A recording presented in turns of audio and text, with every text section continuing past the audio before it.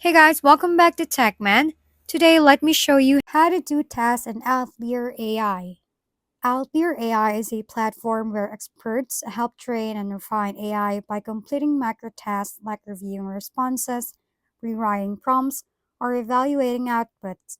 Payments are weekly via PayPal, RDM, or ACH, with rates ranging from $10 to $50 per hour. To get started, visit Outlier and create an account, then verify your identity and expertise. Once logged in, head to the Enablement tab to complete the required training modules for each project. Only after passing these modules can you access tasks, which include rating and ranking AI outputs, rewriting prompts for clarity, or working on multimodal tasks to combine text and images. To complete a task, navigate to the Missions tab, select a task, review instructions, and click Continue to open it in the Data Computer interface.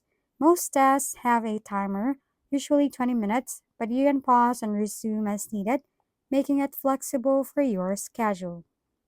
If we've been helpful, kindly give us a thumbs up and don't forget to hit the subscribe and bell button for more contents.